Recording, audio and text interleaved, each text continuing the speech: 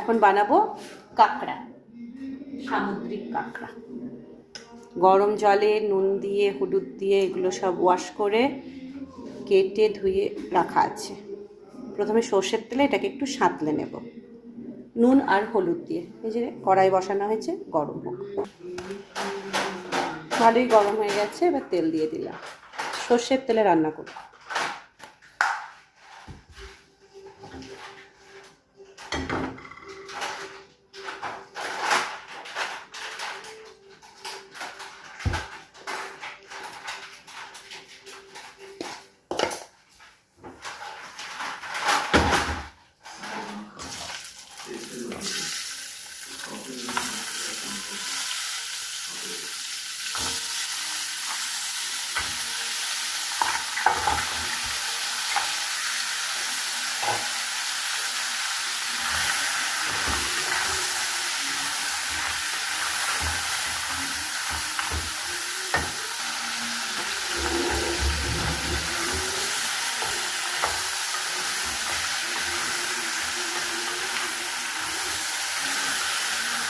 হালকাই ভাজবো, যাকে বলে সাঁতলানো।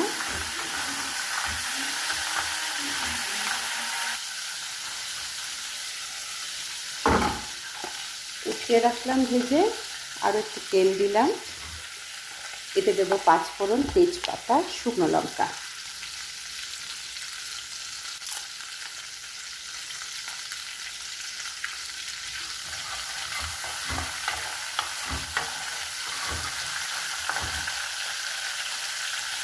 ডুমো ডুমো করে কেটে রাখা আলু, লাল করে ভাজবো আলুটা, আঁচ বাড়িয়ে।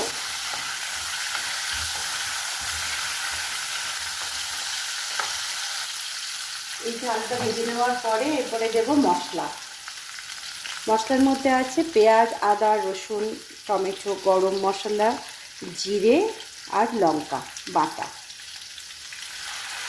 মশলা একটু বেশিই লাগবে, এটা একটু রিচ রান্না হলেই ভালো লাগে খেতে।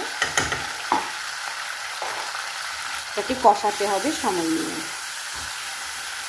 এর মধ্যে আমি অ্যাড করব হলুদ, স্বাদ অনুসার নুন,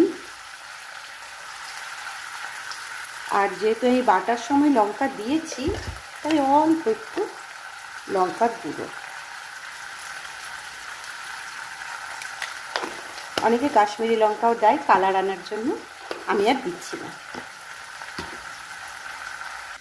সময় নিয়ে ধীরে ধীরে কষাতে হবে মশলাটা, যতক্ষণ না তেল ওপরে উঠে আসে। অল্প একটু চিনিও দেব, মিষ্টি হওয়ার জন্য না, যাতে নুনটা ঠিক মতন মুখে লাগে।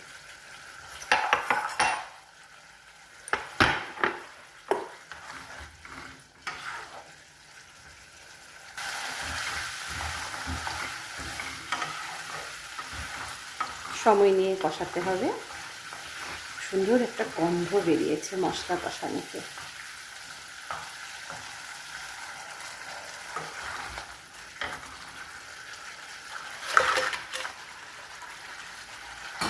যখন ভালো করে কষানো হয়ে গেছে তখন আমি তার মধ্যে সাঁতলে রাখা কাঁকড়াগুলো মিশিয়ে দিলাম।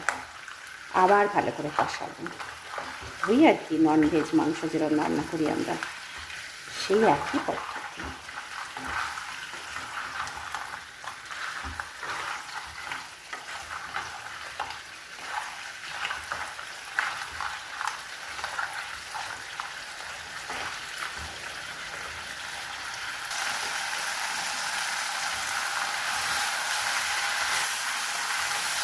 কষানো হয়ে গেছে, এরপরে ওয়ার্ম ওয়াটার মিশিয়ে দেবো।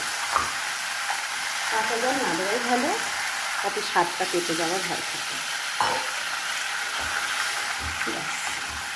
আর একটু দিতে হবে, কারণ আলুগুলো সেদ্ধ হতে হবে তো, আর একটু রসা না থাকলে ভালোও লাগবে না।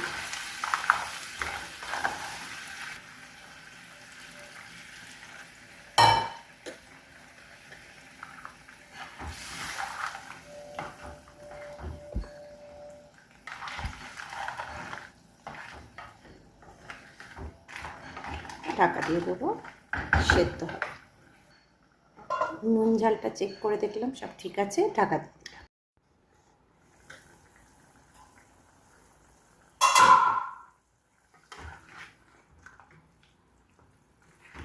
আলুগুলো বয়েল হয়ে গেছে, একটু ঝোলটা না টানিয়ে লেবুর রস দেওয়া হয়েছে, একটু ঘি দেবো, একটু ঝোলটা টানানো হবে।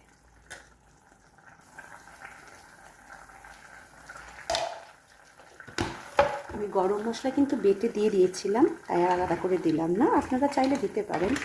আমি খুব একটা ভালোবাসি না বিশাল গরম মশলার গন্ধ, হালকা হলেই আমার ভালো লাগে। So it's ready.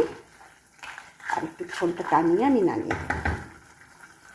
ভীষণ ভালো একটা সুগন্ধ হয়েছে, টেস্ট করলাম, দারুণ হয়েছে খেতে। সানডের সিগনেচার ডিশ এটা, নাকি লাউ পাতা বাটা, আজ কিন্তু সেটাও বানিয়েছিলাম। দেখা যাক, খেয়ে বলবো।